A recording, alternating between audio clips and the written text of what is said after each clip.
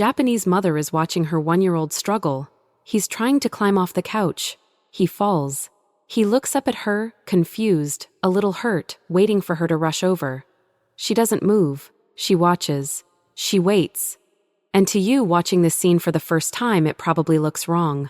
It might even look cruel. But to that mother in that moment, she is doing something profoundly intentional, something that researchers now believe is one of the most powerful acts a parent can perform for a developing brain.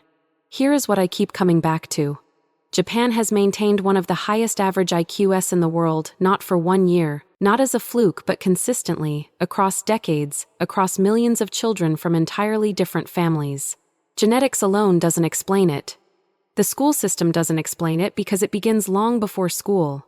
The real answer, according to the research, starts in the crib, in the kitchen, in the bath, in the quiet, invisible choices that happen before a child can even speak. In the next few minutes, I'm going to walk you through 4 specific habits that researchers believe are responsible, and I'll be honest with you from the start. One of them I find almost impossible to practice myself.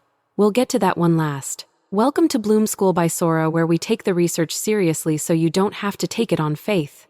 A quick note before we begin. Some of what you're about to hear will sound extreme, especially through a Western lens. I'm not asking you to adopt any of this wholesale. I'm showing you what the science actually says, and I'll let you decide what fits your family and your life. Let's start with habit 4 in a word that doesn't translate into English. In Japan, there is a concept called skinship. It means closeness built through physical contact, not as a side effect of parenting, but as the deliberate heart of it. Japanese mothers and babies bathe together every night. Co-sleeping is common and often continues until the child is 6 or 7 years old.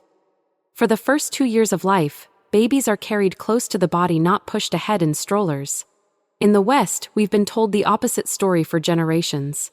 We've been warned that co-sleeping creates dependency, that carrying a baby too much will spoil them, that the goal is to teach independence as early as possible.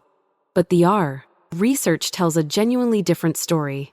A study published in Developmental Psychology found that infants who experienced consistent physical closeness in their first year showed measurable changes at the molecular level, specifically in the genes that regulate how the body responds to stress. Research from Notre Dame University has linked early skin contact to stronger emotional regulation and higher cognitive performance years later. And here is what I think is worth sitting with. Japan is one of the most technologically advanced nations on Earth, the country of bullet trains and robotics. And yet, in the most intimate corner of daily life, the way a mother holds her child, they never abandoned the ancient way. Modern doesn't have to mean cold. Habit 3. Real food early. Japanese weaning typically doesn't begin with bland rice cereal or sweet purees. It begins with miso broth, soft white fish, seaweed, steamed vegetables, tofu. Real savory food introduced as early as 5 or 6 months old. A quick note here, feeding guidelines vary by country, and you should always consult your own doctor before changing how you feed your baby. But the research on what this approach achieves produces is striking.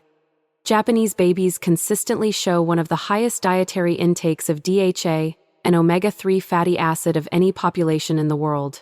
And this matters enormously because the infant brain is roughly 60% fat, and a massive portion of that fat is DHA. Without adequate DHA, the brain cannot build itself properly. The University of Bristol conducted one of the longest-running studies of its kind, following thousands of children over years. Mothers who consumed more seafood during pregnancy and early infancy raised children with measurably higher verbal WASQ, better fine motor skills, and stronger social development by age 8. Compare that to the standard Western weaning plate: applesauce, sweet potato puree, rice cereal. There's nothing wrong with those foods, but they are calories. They are not brain food. My honest opinion?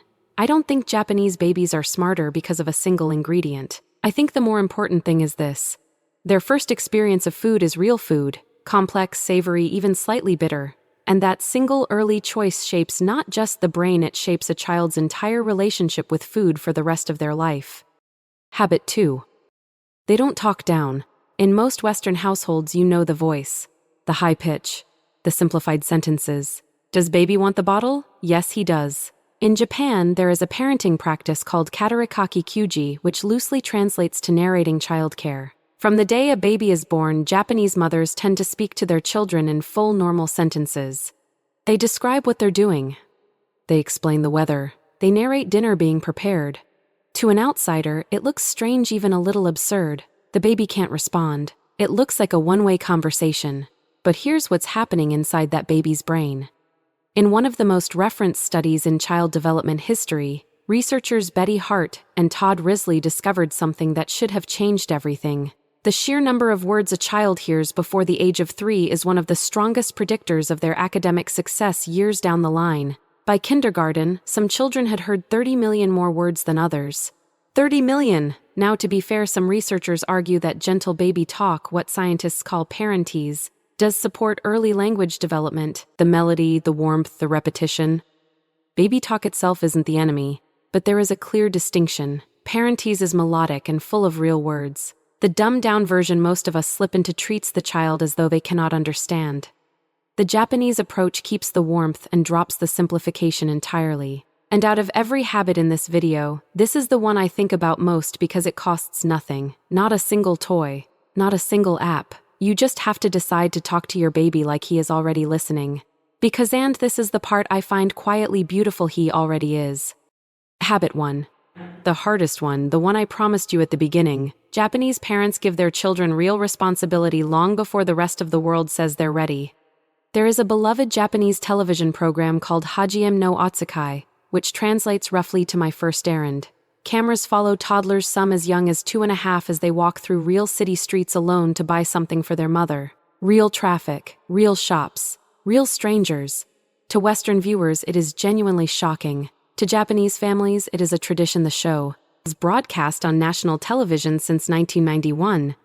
But the errand itself isn't the point. From the moment a Japanese child can walk steadily, they are expected to contribute. They pour their own water. They carry groceries. They put their shoes away at 2 years old. In Western parenting, the default assumption is protective. He's only 2, let me do it for him. The Japanese assumption runs in the opposite direction. He's already 2. Of course he can do it. And the research backs this completely. Marty Rossmann at the University of Minnesota tracked children across 25 years into adulthood. The single greatest predictor of adult success, stronger than IQ, stronger than family income, stronger than parental education, was whether the child had been given household responsibilities starting between ages 3 and 4. 3 and 4 years old. And here is my honest admission.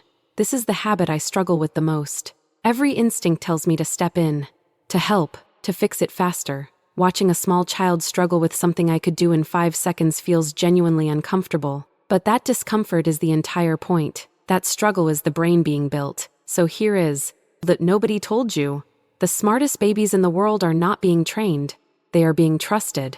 They are held close, fed real food, spoken to like complete human beings, and given the dignity of doing things on their own.